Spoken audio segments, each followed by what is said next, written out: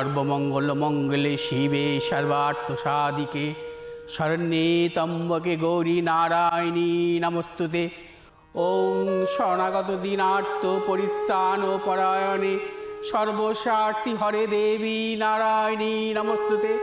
ওং সৃষ্টিস্থিতি বিনাশনাং শক্তিভূতে সনাতনী গুণাশ্রয়ে গুণময়ে নারায়ণী নমস্তুতে।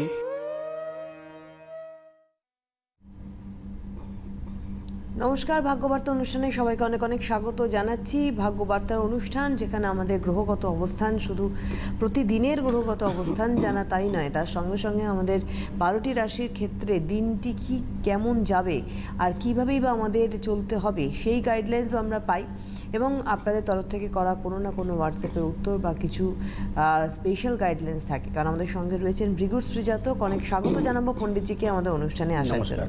রয়েছেন আপনারা ওনার সাথে কথা বলতে ফোন করবেন আমাদের সরাসরি কথা বলা ফোন নাম্বার যে 6292242339 6292242340, আবার বলছি 6292242339 6292242340, এই দুটি ফোন নাম্বারে ফোন করুন আপনাদের প্রশ্ন আপনাদের জিজ্ঞাসনে। আজকে প্রথমেই আমরা যেমন গ্রহগত অবস্থানে গ্রহগত অবস্থান বলবো।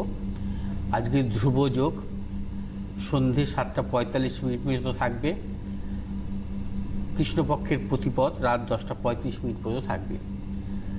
রবি আজকে অবস্থান করছে মীন রাশির উত্তর ভাদ্রপদ নক্ষত্রে, চন্দ্র আজকে অবস্থান করছে কন্যা রাশির হস্তা নক্ষত্রে, আজ আবার চিত্রা নক্ষত্রে প্রবেশ করবে।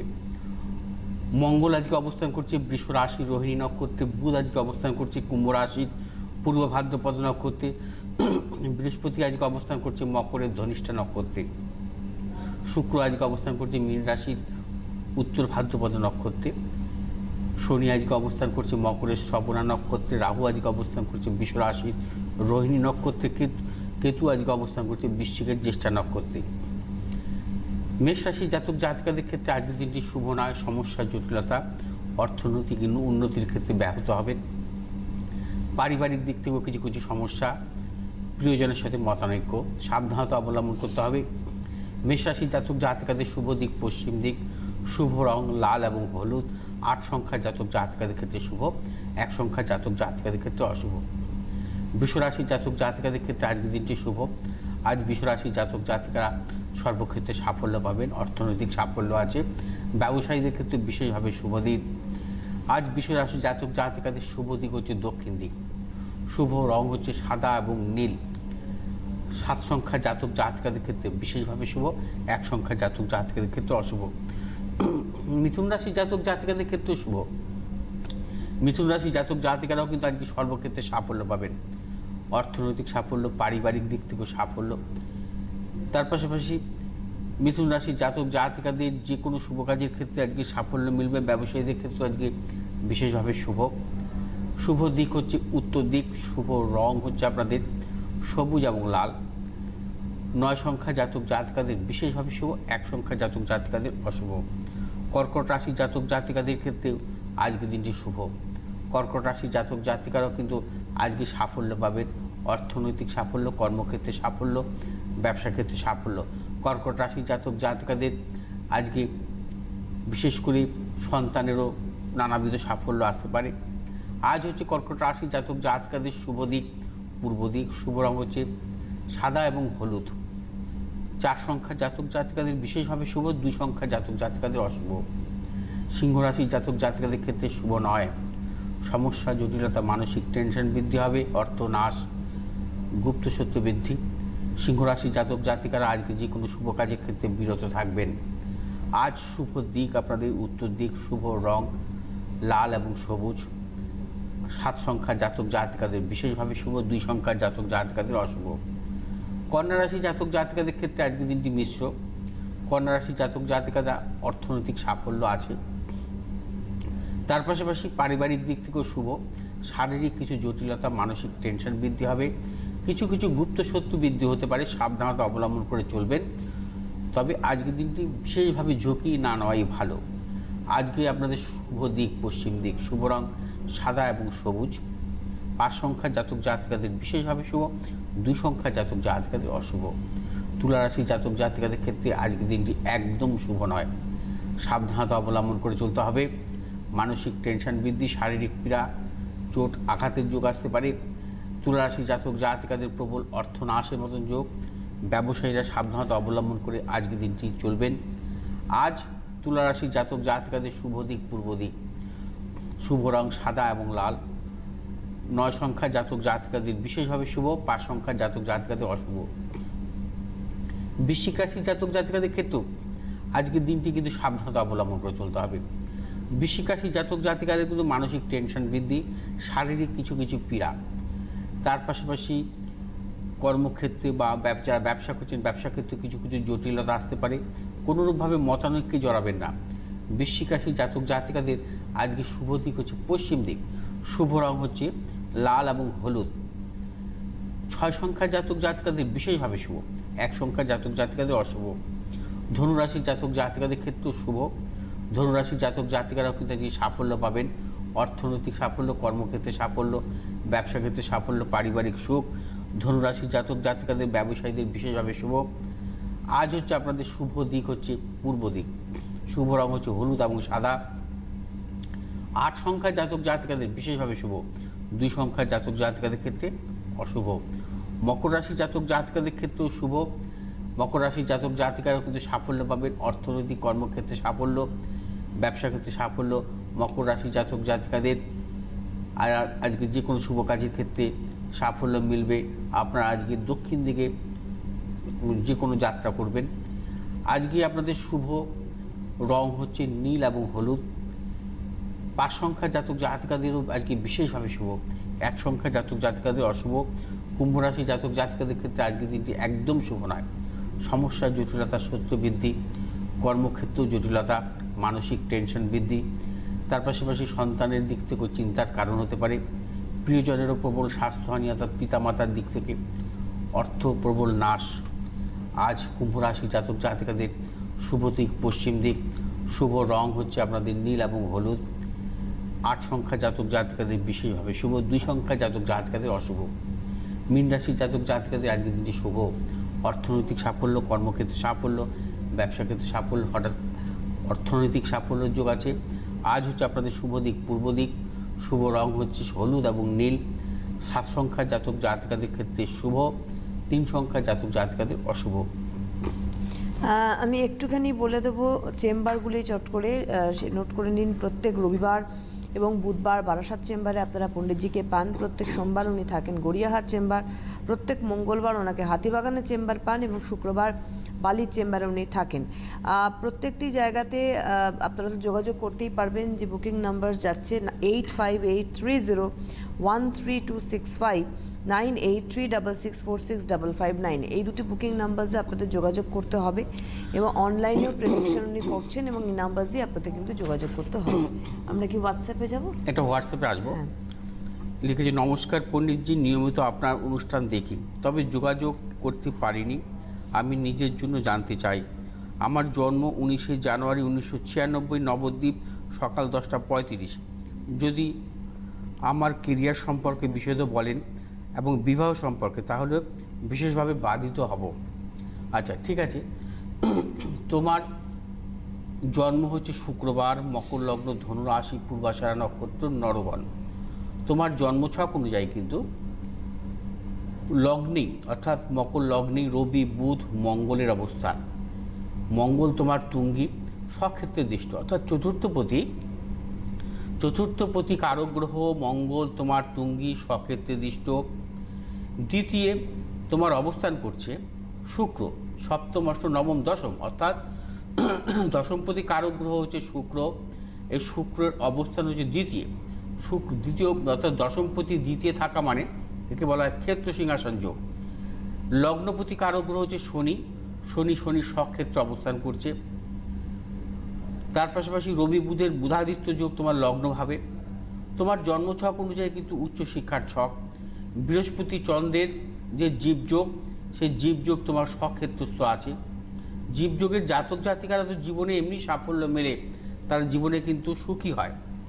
এবং তোমার জন্মছক অনুযায়ী কিন্তু শুভকর্তারই যোগ আছে, শুভকর্তারই যোগ, অর্থাৎ একদিকে বৃহস্পতি এবং শুক্রের হচ্ছে তোমার দ্বাদশভাবে বৃহস্পতি, দ্বিতীয় শুক্রের অবস্থান, অর্থাৎ শুভকর্তারই যোগ আছে। তোমার জন্মছক অনুযায়ী কিন্তু কর্মপতি কারক গ্রহ শুক্র দ্বিতীয়, অর্থাৎ দ্বিতীয়পতির লগ্নপতির যোগ, তার পাশাপাশি বুধাদিত্য যোগ, মঙ্গল স্বক্ষেত্রে দৃষ্ট তুঙ্গি। তোমার জন্মছক অতীব উত্তম জন্মছক। এখন বর্তমানে তুমি চন্দ্রের মহাদশায় পা দিলে পা দেবে 2021-এর মে মাস থেকে 2031-এর মে, এই লম্বা তোমার 10 বছরের চন্দ্রের মহাদশা। তার পাশাপাশি চন্দ্র হচ্ছে বৃহস্পতি যুক্ত অবস্থায় আছে দ্বাদশভাবে। এতদিন তুমি রবির মহাদশা তোমার চলছিল, রবির মহাদশা এখনও চলছে, মে মাস পর্যন্ত চলবে। রবি যেহেতু অষ্টমপতি রবির মহাদশা কিন্তু ভালো নয়, অর্থাৎ কিছু কিছু সমস্যার জটিলতা দেয়। কিন্তু একটা কথা কি, তোমার জন্মছকে রবি আবার নিজের নক্ষত্র পেয়েছে, এটাও কিন্তু খুব ভালো। রবি নিজের নক্ষত্র পেলে সেই জাতক জাতিকা কিন্তু সেই রবির মহাদশায় সাফল্য পায়, এটা সবসময় মনে রাখতে হবে। রবি যদি দুস্থানপতি হয় তাও কিন্তু সে সাফল্য পায়। অর্থাৎ তোমার এই জন্মছক উচ্চশিক্ষার ছক, তোমার এই জন্মছক অনুযায়ী কর্মজীবনেও সাফল্য উন্নতি, তোমার ম্যারেজ লাইফও ভালো হবে, অবশ্যই ভালো হবে। চন্দ্র যেহেতু তোমার সপ্তমপতি কারক গ্রহ বৃহস্পতি যুক্ত। তবে আমি একটা কথা বলবো এখানে, কথাটা কি, তোমার জন্মছকে নবমে রাহু, তৃতীয় কেতু, অর্থাৎ তার ডান দিকে সমস্ত গ্রহগুলো স্থিত, একে বলা হয় কালসর্পদোষ। কালসর্পদোষ, এই ধরনের কালসর্পদোষকে বলা হয় শঙ্খচূড় কালসর্পদোষ। যখন নবম ভাবে রাহু থাকবে এবং তৃতীয় কেতু থাকবে, একে বলা হয় শঙ্খচূড় কালসর্প। এবং এই রাহু কেতুর এই শঙ্খচূড় কালসর্পে তোমার কিন্তু এটা কিন্তু বর্গোত্তম অবস্থায় আছে। অতএব তুমি কিন্তু এই কালসর্পদোষের কুপ্রভাব কখনোই জীবনে পাবে না। তবে মনে রাখতে হবে যে আমাদের জন্মছক অনুযায়ী, মানে বিশেষ করে যারা কালসর্পদোষের জাতক জাতিকা হন, তারা কিন্তু দেখা গেছে পৃথিবীতে শ্রেষ্ঠ হয়। কালসর্পদোষ কিন্তু জাতক জাতিকাকে সাফল্য দেয়। তবে হ্যাঁ, কালসর্পদোষের ক্ষেত্রে কিন্তু সবসময় মনে রাখতে হয় যে কিছু কিছু তার কুপ্রভাবও কিন্তু থাকে। কি কি কুপ্রভাব থাকতে পারে?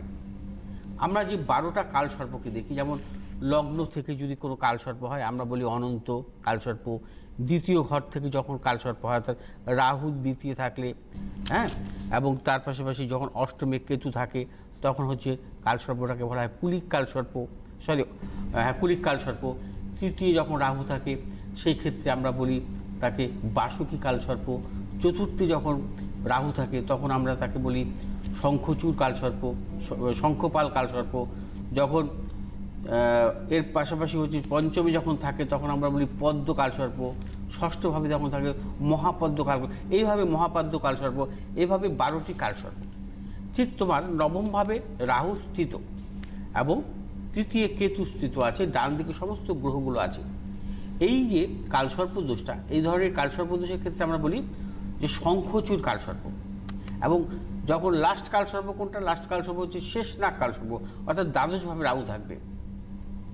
অতএব কালসর্প যোগ বা কালসর্প দোষ এর ক্ষেত্রে কোন জাতক জাতিকা জীবনে কিভাবে সাফল্য পাবে এবং কিভাবে তার জীবনে খারাপ সময় আসতে পারে, সেটা কিন্তু নির্ভর করবে অনেক কিছুর উপর। কী নির্ভর করতে পারে তার জীবনে?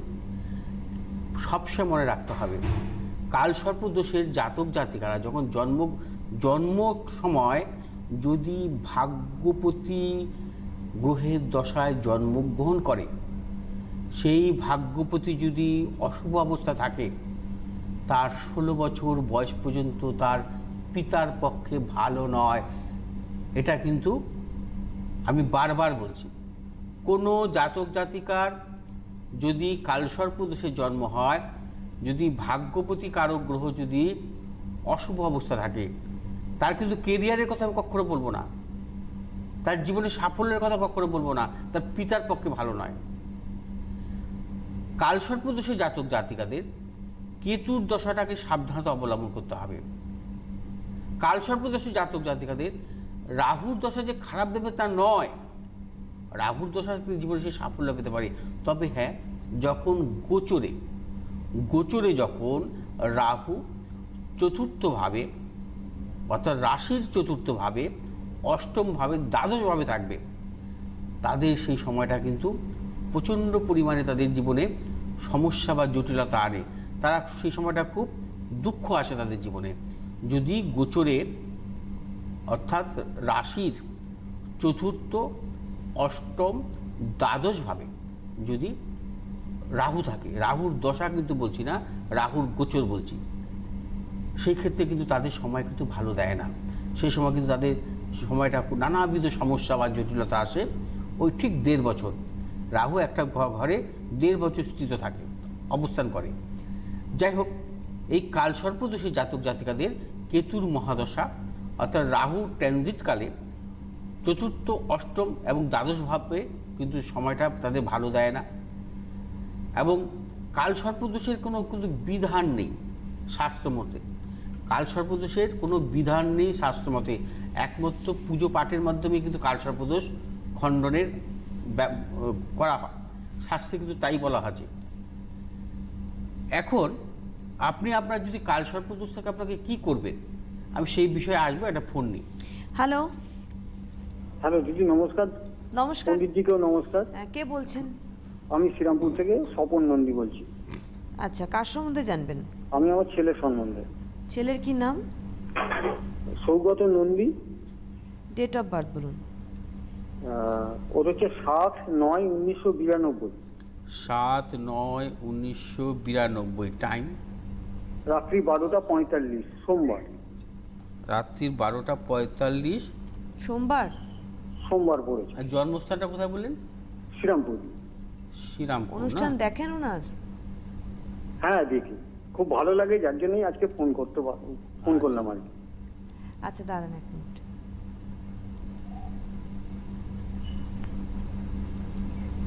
আচ্ছা, ওর জন্মবার সোমবার ঠিকই আছে। হ্যাঁ, মিথুন। হ্যাঁ, জন্মবার সোমবার। আচ্ছা।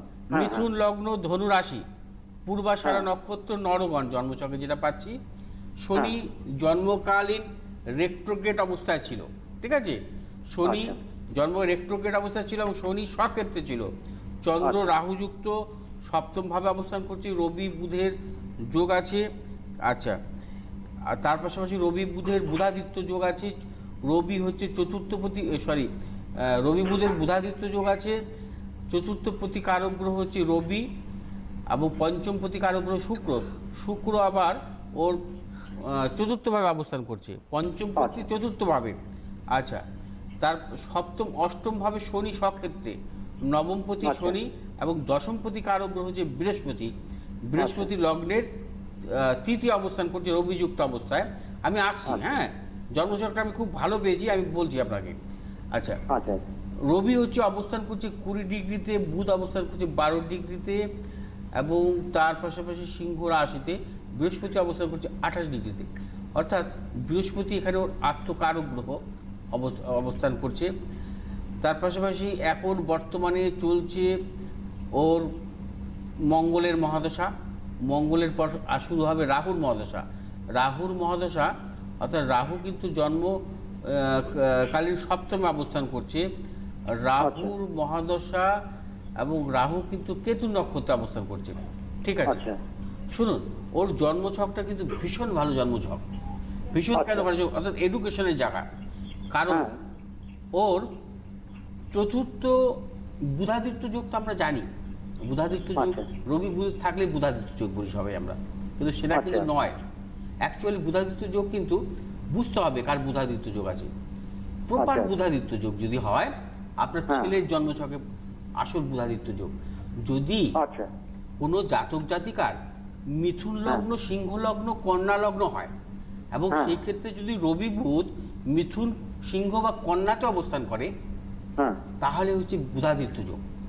এবং এই বুধাদিত্য যোগ যদি বৃহস্পতি যুক্ত, বৃহস্পতি দৃষ্ট হয়, তাহলে কিন্তু তার জীবনে কিন্তু উচ্চতর শিক্ষা, উচ্চ শিক্ষা আসে এবং তাদের পড়াশোনা কিন্তু অনেক ক্ষেত্রে বিদেশেও হয়। ঠিক আছে? আমার একটা জিজ্ঞেস করার ছিল। হ্যাঁ, জিজ্ঞেস করবেন। তবে মহাদশাগুলো কিন্তু ভালো পায়নি। মহাদশা, মঙ্গলের মহাদশা চলছিল 14 থেকে 21 সাল পর্যন্ত।